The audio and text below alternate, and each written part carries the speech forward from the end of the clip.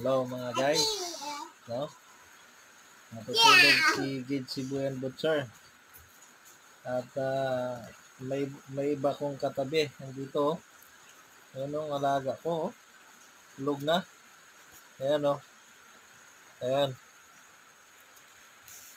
Ayan, tulog na. Tuloy ang katabi ko. Hindi pa nga ako natulog, siya natulog na. Ayan. Ayan, oh. Oh, tulog na siya. Imbis na si Mrs. yung katabi ko, siya tuloy ang katabi ko ngayon.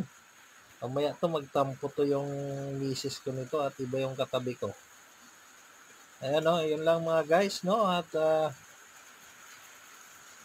hindi nalamig siguro ang aking alagang kambing.